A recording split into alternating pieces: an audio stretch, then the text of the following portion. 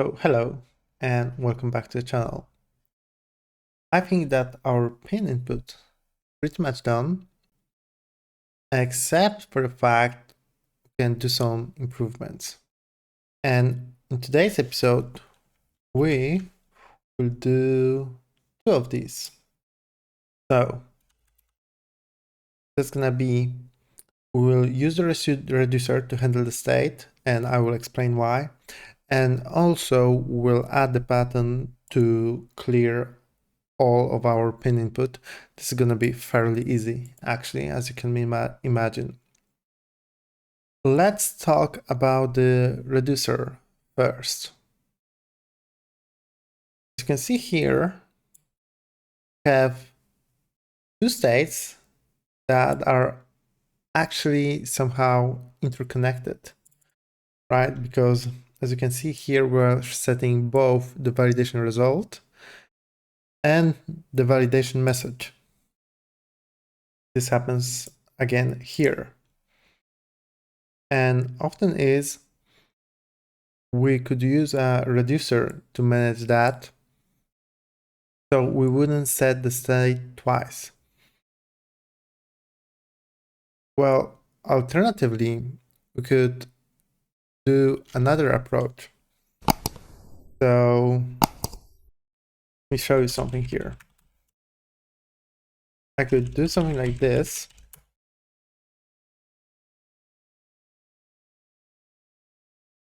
I'll define the interface describing our combined state.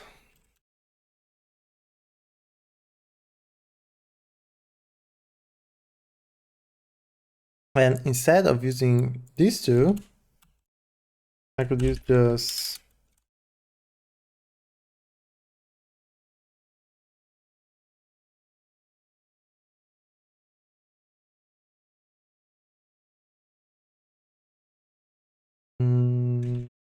validation data, and we can start it off as an empty object. And this would work. Then everywhere we do this, I would have to change it to something like, let's set validation data, right? And that should be resolved true. And the message, actually the naming is pretty bad here because these are looking the same. So let's change it real quick to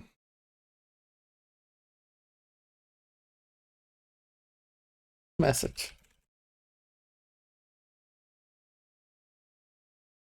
Like this. Sorry. Message. Get rid of this. Right? And that would work. Simple and easy. So remember that you can use the state not only to store the primitives, but also objects or arrays. And sometimes it's helpful. Yeah, so that would work, definitely. But let's see about the reducer approach, because it's way more interesting. And if you don't know, the reducer is a pure function that changes the state, some state, and returns new copy of a state based on some action. Okay, and this is a widely used concept, especially if you're familiar with Redux. But now it's embedded into React itself. So let's create a new file. I'm gonna call it pin input reducer. Okay. And now let's think a little bit here. I will not only hold the validation data in its state, but I will also use use the reducer to hold the pin there. So let's start by defining the actions that our reducer can handle. And I will use enum here because enum is a good mechanism in TypeScript when you have something that is countable and is a limited set. For example, the days of the week, or the set of, I don't know, planets in the solar system, right? This is finished limited set. So I'm going to define the action type to be, you can either set pin, or you can set validation data. Set validation data. Okay, that's good. I will take the interface that we define here. We'll need that. And let's define our state. It's going to be rather simple because we already know that it should be array of number or undefined, or it should be a validation data of type validation data. Okay. Now let's write our reducer function. So reducer has two arguments, state and the action, which should be of type action, actually, not the action type. The action type has to be defined inside of an action, but the action object itself holds not only the type, but can optionally hold some payload. So if we intend to change our pin somehow in our reducer's state, we have to provide the new pin in the payload. That's rather obvious, I believe. So let's type our actions. And this is going to be OR type. I believe this is called union type, if I remember that correctly. But this is just the, how do you call it? The vertical line. I don't remember the name now. And this is gonna be action. Come on, help me out here. Action type set pin. And here is our payload, which is gonna be just the new pin, and well, know what that might be. Then there's the type of action type set validation data, and this is gonna be array of no. This is a validation data. Of type, of course, validation data. Okay, so we have two approaches here. We can use, we will determine what type of change in our state has to occur based on the action type, right? We can use if to check the action type, or we can do switch. And it's pretty much the same, so I'm gonna stick with the switch. We'll differentiate by the action type, and in case we have action type of set pin, right, we'll return. We always have to return the copy of the state, so not to override the state completely, but just the part that we mean to override. And set new pin. And here, if we have set validation data, I will return the state, and the validation data should be action, of course, validation data. Okay, so let's export default that. So if you read this, you will see that if we are changing the pin, because that's the action type, the validation data, which is the second part of our state, stay the same while the pin is being changed. And in case we're setting the validation data, the pin stays the same and the validation data is being changed. Of course, we have to return here because every single time we're returning the new copy of the state. This is because the reducers are working based on the shallow comparison, right? And we are comparing the old state and the new state, and actually React seeing that these are not the same objects because we're returning something new, opposite to mutating the old state, because the React sees that we're providing new state to it. It triggers the change and triggers the re-render of the React, right? Basically the same approach as with the connect function for Redux. Okay, so let's see how we can use that now. Let's see, we're good on time, that's fine. Okay, so how to use this in your component. There's a special hook to do that. There's the state. There's the dispatch. That's like historically or based on the convention, you can name these. Your useReducer will provide the reducer, and all you have to provide now is the initial state.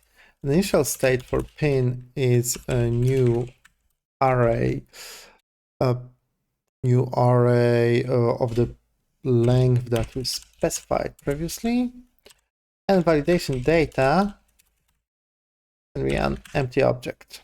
Okay. So now we are using pin everywhere here, and we don't have that here, but we can deconstruct state, pin, and validation data if we need to. Okay, let's see. We have the pin, we don't have set pin now, right? Instead of doing that, we're dispatching an action. So let's use the dispatch function to call our reducer. The type is gonna be, well, we can just export that enum. So let's get that action type. Oh, come on, help me out here. Thank you. Get rid of that. And the action type is set pin, and just provide pin as new pin. Okay, that's cool. That's one thing. Now here we can get rid of that. Well, let's dispatch. What are we dispatching here? We are dispatching action type, the validation data, with validation data being let's see, message, and the result is true. Get rid of that. In case of problem here, we're doing pretty much the same. So let's get the action type to be the validation data. And validation data is going to be message result false. Okay. Of course, this has to be changed because these are now residing inside validation data as a message, and validation data as a result. Okay. Everything else should work, right? No problems there. Nothing is highlighting itself red. So let's see if it works in our browser then. Okay, let's check our components tab. Let's get up a little bit. And now in the app, you will see Reducer, right? With its state. Okay, let's see. 2, 3, 4. Works like a charm. Does that still work? Yeah, of course. And if we validate that, we'll get the message and result inside of our reducer. So that's really cool. And this is basically how we can change the use state, the using of few states in your component into a reducer.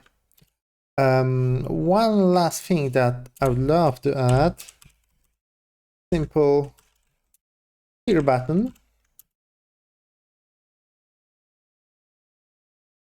We can do an inline function here. And this is going to be real simple. We'll dispatch, we'll just set new pin. Gonna be action type set pin. And then pin is gonna be new array of pin length. Cool. Let's see. It's cleared, but you see the problem here. It does not actually clear our information about whether the pin was invalid. So I would like to bring our reducer to its initial state, right? So you might think, well, you can just dispatch clear function to clear the pin and then dispatch another function to clear the validation data. But actually, we can extend our reducer really easily. I will just call the function reset, right? And add it here. Action type reset. We don't need to provide anything here. We'll just say that the validation data is an empty object and the pin is new array of, I would have to import pin length here, right? Wrong with you. Let's see.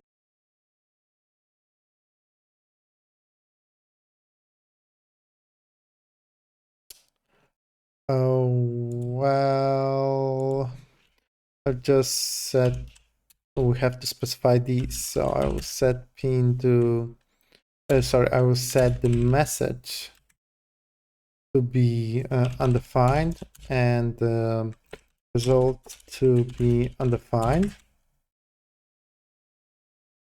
What's the problem here? Oh yeah, the action types.